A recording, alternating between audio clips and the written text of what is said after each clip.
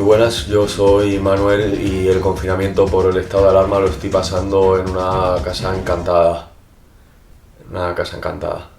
Pues yo empecé a vivir aquí solo poquito antes de la cuarentena y ya a los pocos días empezaba a notar cosas raras, ¿sabes? Yo al principio pensaba, bueno, la típica paranoia que le entra a todo el mundo, o la típica ventana se cierra sola en un momento, pero esto era ya otra movida más chunga. Mira, pues este fue el primer mensaje que me dejó el fantasma. Vamos, creo que es solo uno. No, y es que no se va, mira. Nada, pues se ve que el tipo quiere que me vaya de su hogar y desde entonces pues es toda la movida, cosas que se mueven solas, la tele que se enciende. Todos los putos días igual, tío. No, lógicamente yo me quería ir cuando empezó todo esto, pero claro, es que ahora que no dejan salir de casa, pues me lo tengo que comer todo, que es lo que hay. Y es que tiene cojones, porque es que fue misma mañana que me levanto y veo el primer símbolo satánico que aparece, mismo día que leo la noticia del estado de alarma. Claro, imagínate yo, ya no me jodas, ahora pasar 15 días con un espíritu.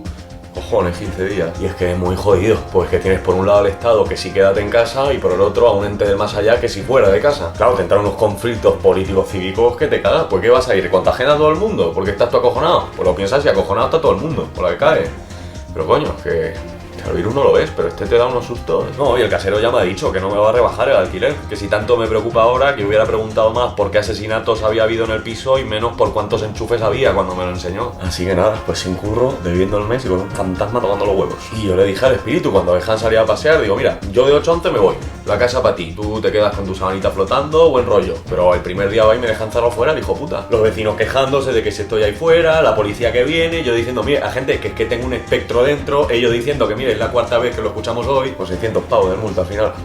600 pavos. Y ahora con la fase 1 yo decía, cojonudo, pues me vuelvo con mis padres, pero nada, ellos diciéndome que ni de coña, que ahora que logro independizarme, mira, si voy a volver a dar por culo otra vez, y encima a ver si no le voy a traer yo a los malos espíritus, que su casa, claro, rollo la de Casper, es casa de riesgo. Es muy frustrante, claro, porque es que todos los días, a todas las horas, y esas otras, que yo no salgo de casa, pero él tampoco, él está encerrado aquí siempre. Y es una tortura, pues es que por mucho que te quieras acostumbrar a esta nueva manera de vivir las cosas con normalidad, siempre hay algo distinto. Que si te apaga las series por la mitad cuando se ponen interesantes, que si te coge el móvil y le manda corazones a exnovias, que si te hace desaparecer todo lo del frigo.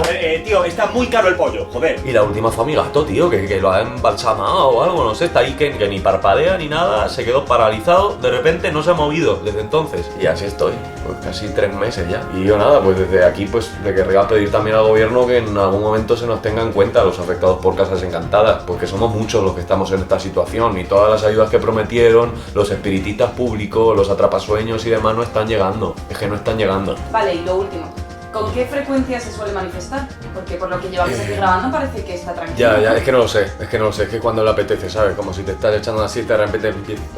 David, estás moviendo con la cámara. ¿Ves? Sé que ya estaba tardando a aparecer. ¿Cómo? David, joder, David, coge la cámara.